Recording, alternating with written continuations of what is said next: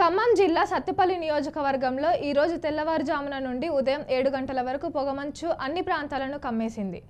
ఉదయం 7 గంటలు అవుతున్నా ప్రజలు రోడ్డుపైకి వచ్చే పరిస్థితి లేదు అంటే అతిశయోక్తి కాదు. హైవేపై వాహనదారులు తీవ్ర ఇబ్బందులకు గురవుతున్నారు. మార్చి నెల వచ్చిన ఒక పక్క ఎండ తీవ్రత, మరోపక్క ఉదయం పొగమంచుతో విభిన్న వాతావరణ పరిస్థితుల్లో ప్రజలు ఆందోళన చెందుతున్నారు. ఏది ఏమైనా ఈ పొగమంచులో ప్రయాణించే వాహనదారులు ఆరోగ్యపరంగా తగు జాగ్రత్తలు తీసుకోవాలని వైద్యులు సూచిస్తున్నారు.